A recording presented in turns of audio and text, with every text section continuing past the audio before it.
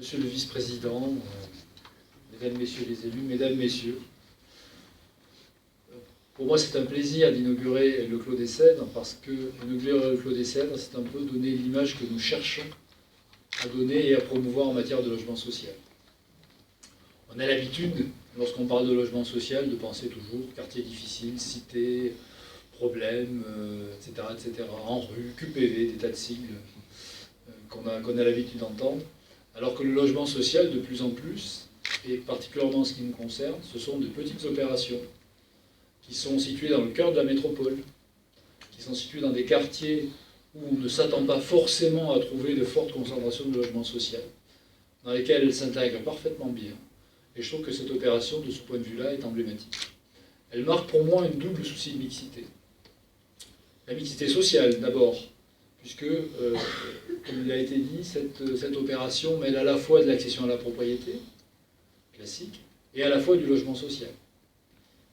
Dans le logement social même, cette mixité existe entre des logements classés PLUS et des logements classés PLAI, qui font que les niveaux de loyer aujourd'hui sur ces logements vont autour de 200 € pour un T2 jusqu'à moins de 550 € pour un T5. Donc des niveaux de loyer que l'on n'a pas tellement l'habitude de connaître dans ces quartiers-là. Mixité aussi parce que nous sommes à proximité d'un EHPAD et QCF Sud-Est Méditerranée est fortement partenaire aujourd'hui de toutes les démarches visant à travailler sur l'intergénérationnel. C'est extrêmement important d'arriver aujourd'hui à s'occuper correctement de nos seniors et à instruire correctement nos juniors. C'est très important de recréer des liens entre les générations, entre les personnes, entre les façons de vivre, qui ont tendance à se déliter de plus en plus dans nos sociétés actuelles.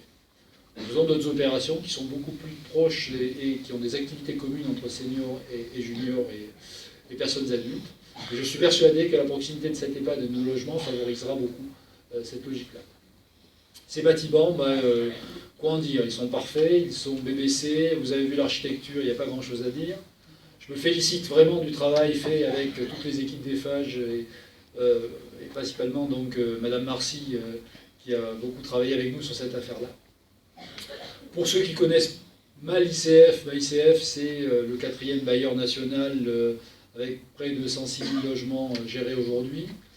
ICF Sud-Est Méditerranée, c'est autour de 20 000 lots gérés, dont une grande partie sur la métropole de Lyon. C'est une filiale de la SNCF, même si aujourd'hui les cheminots ne représentent plus que 30% globalement des locataires d'ICF. Et c'est une société qui a vraiment pour volonté affichée de continuer à se développer dans les grandes métropoles, et notamment la métropole de Lyon. Je voudrais profiter donc de cet instant-ci pour remercier les équipes d'ICF qui ont participé à cette aventure, celle de la direction du patrimoine de chez Vincent Armetta qui n'a pas pu être là aujourd'hui, mais Florence Lemay, Didier Vuarin et Jean-Michel Marcy, que nous n'oublierons pas, qui ont vraiment permis à cette affaire de sortir, et aussi les équipes de gestion qui, comme vous avez pi le voir, animent cette résidence depuis quelques mois, donc placée sous la responsabilité de Jérôme Aurélie aujourd'hui, et Jamila Lastad qui est dans l'assistance, que je la vois mal, Jamila. Elle est là. Là-bas derrière, elle se cache. Merci à tous. Et je dirais que le seul espoir que j'ai, c'est d'en faire beaucoup d'autres. Et je passe la parole à M. Buffet.